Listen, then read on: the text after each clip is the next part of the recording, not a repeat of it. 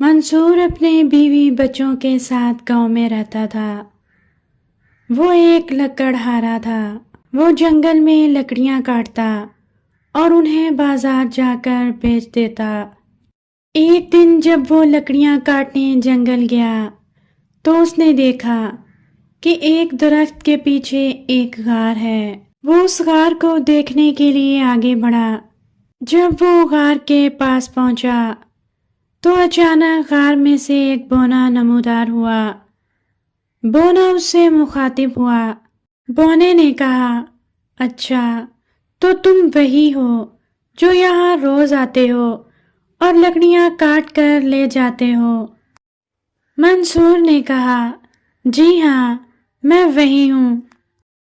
بونے نے پھر کہا، کیا تمہیں معلوم ہے تم اپنا گھر چلانے کے لیے پرندوں کا گھر ویران کر جاتے ہو، درختوں کو کاٹ کر اپنے لیے بہت سی چیزیں بناتے ہو مگر پودا یا بیج کبھی نہیں لگاتے؟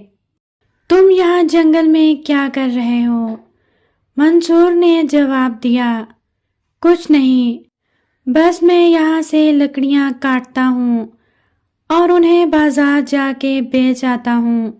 تم جنگل میں سے لکڑیاں ضرور کاٹو مگر ایک درخت کے بدلے ایک درخت لگاؤ، اس طرح یہاں کی ہریالی کو نقصان بھی نہیں ہوگا اور تم لوگوں کا کام بھی نہیں رکے گا۔ منصور نے اس کام کے لیے حامی بھری اور اس نئے سبق کے لیے بونے کا شکریہ ادا کیا۔